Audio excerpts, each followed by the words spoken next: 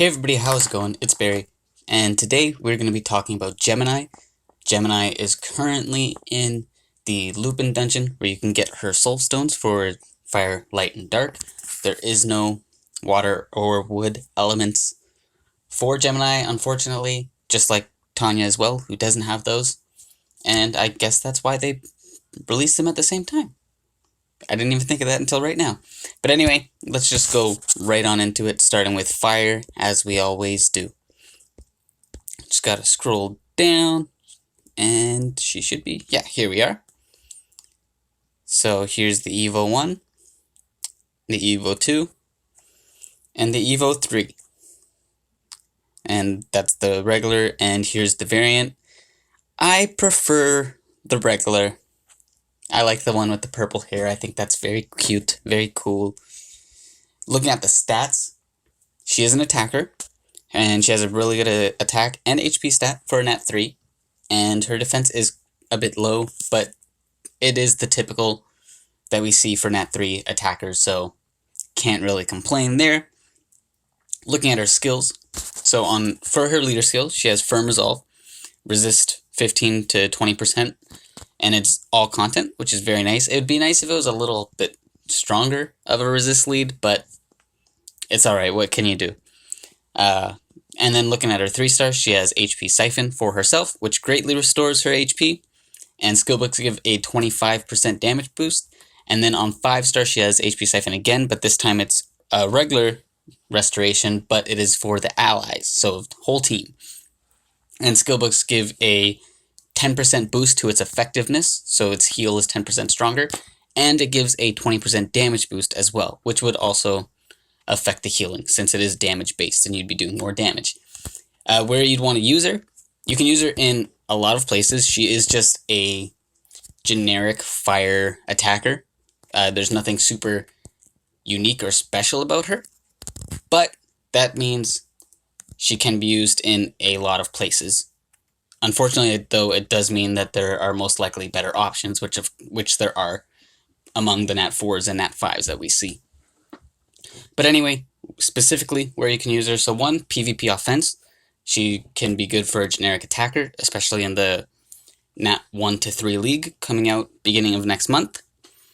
She can also be good for farming, story stages that have wood mons, as well as the wood elemental dungeon, GB9 and DB8. Especially in DB8, she could be quite useful there because her 5-star will heal the team, which you don't want a dedicated healer there, so just an HP Siphon Mon that heals the team would be very nice.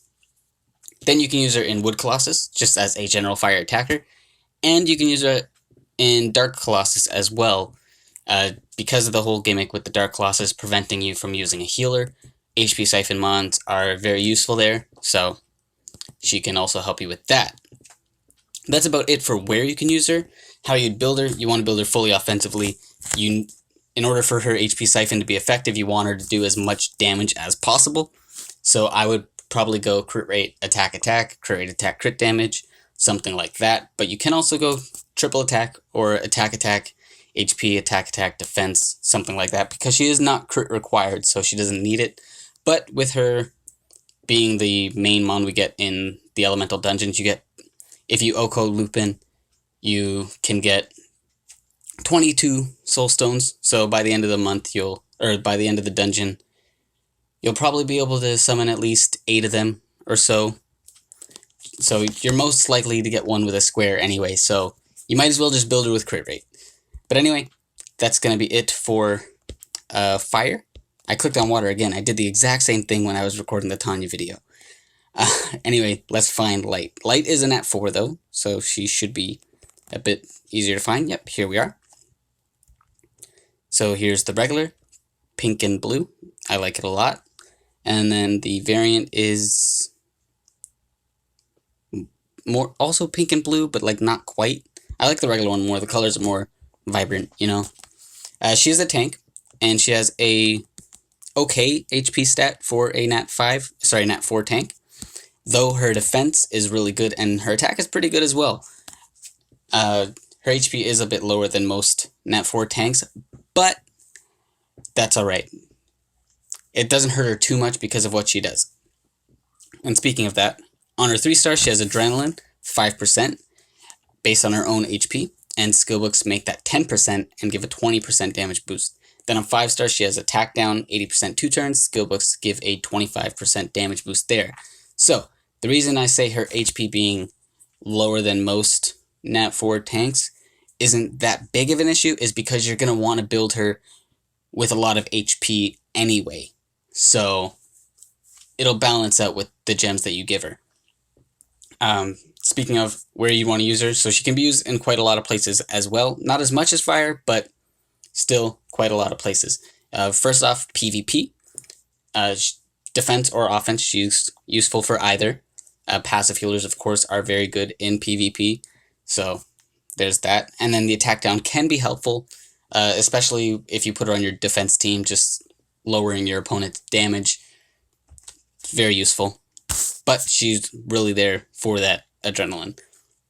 Then you can also use her for farming certain content that you are having trouble with getting through because your mons die. It's really good for GB10 specifically. Passive healers are great there.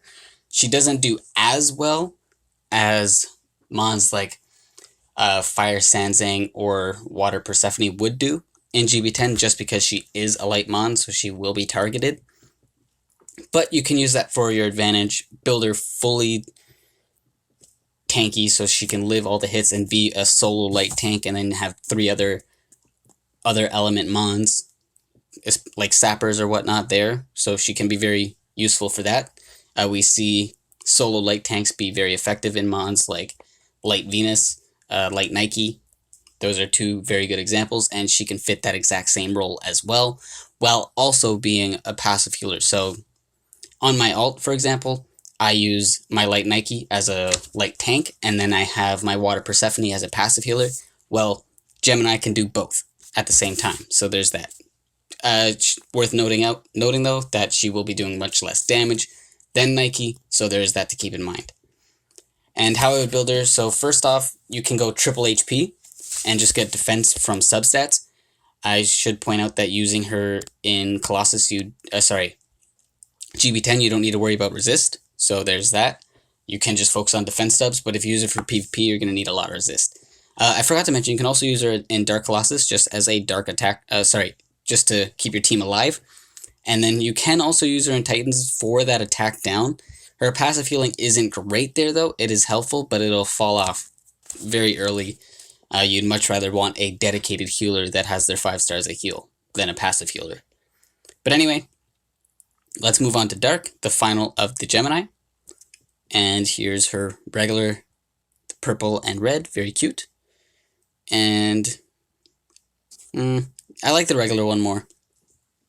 Looking at her stats, she's a balanced type. She has a good HP stat. Her defense and attack, though, are a bit low for balanced types. Normally, I like them to be around at least like 2600 for the attack and defense. So it is a bit lower than usual, but her HP is a bit higher than usual, so it kind of balances out a little. Anyway, looking at her skills, she has SP Siphon on 3-star. It's crit required and 30%. And then on 5-star, skill books give a 25% damage boost for that. And then on 5-star, she has Sleep, 100% 1 turn on crit. Skill books make it 2 turns and give a 20% damage boost there. Where you can use her, 1, PvP, offense or defense, she does very well for that. And then you can also use her in Wood Colossus as your SP Siphon Mon, just to keep the healer sentinel thing from giving the attack up buff to the Colossus. So there's that. There isn't really anywhere else SP Siphon is really useful. Yeah, because you want to use it in manual content, and those are the 2 places where you'd most likely do manual. So yeah. Then how I would build her. 1, she is crit required for both her skills, so she does need a square slot and a crit rate gem. So keep that in mind when building her. Whether or not, if you're unlucky and you get one that does not have a square slot, whether or not she is a good candidate for you to get the gem shape reroll, that's up to you. She's not like, it's not super necessary because there are other SP Siphon Mons that'll outclass her. But if you really like her, you know, you can always do it. She can always she'll only benefit from having a square slot. So there's that. As for the other two gems, one, if you're using her on offense, you can build her crit rate attack, crit rate attack, crit damage. She is a dark mon, so having that base 100 crit damage is very nice. She can do some decent damage. Her attack stat is a bit low though, so you're going to need to really focus on her attack stat. So maybe crit attack with your crit rate gem having a high attack sub. But you can also use it for your defense team, of course, and build her more defensive. So crit rate HP defense or crit rate double HP, crit rate double defense. Personally, I think crit rate HP defense would be the best way to go for her. And that is going to be it for the three of them. How I prioritize building them, light is number one. Passive healers are very good in this game. They are the meta, of course. And then next I would put dark, and then followed by fire. Just because with fire there are so many fire attackers that she isn't super necessary for your teams. But if you like her, she is usable, as are all the Geminis. I should point out though that if you already have Water Persephone or Fire Sanzang, then light might not be as high of a priority for you, so you might want to put light after dark. But if you don't have either of those mons, light Gemini is definitely the number one to go for out of all three Gemini. And yeah, that's going to be it for the Gemini discussion we have here. I do want to acknowledge that I am aware of 433 going back on their decision of removing sliming. Personally, I think that's great. It's good to know that they listened to the community. Very nice. I do want to acknowledge though that there were a lot of people that were getting a little bit carried away with their responses about it. But to each their own, I guess. It is just a game. We should all know not to take it too seriously. But it is nice that 433 is listening to the community and they decided to go back on that change. Hopefully in the future, if they do want to get rid of sliming, they introduce the new mechanic that they plan to replace it with first, and then after seeing how well it does, then remove sliming. Personally, I think they should have done that in the first place, but who knows, maybe they'll try it again in the future, and hopefully they learn from their mistake. But anyway, that's going to be it from this one. I did want to just touch on that a little bit at the end of this. Like, comment, subscribe if you are enjoying the MSL content and you want to see more. Also hit the bell as well. I don't upload as often as I would like to, so I will try to do more so. But anyway, next video will be about Beetle, by the way. I'm going to go finish off the legendaries. That's the last one I got to do. But anyway, have yourselves a good day, and I'll see you guys all in the next video.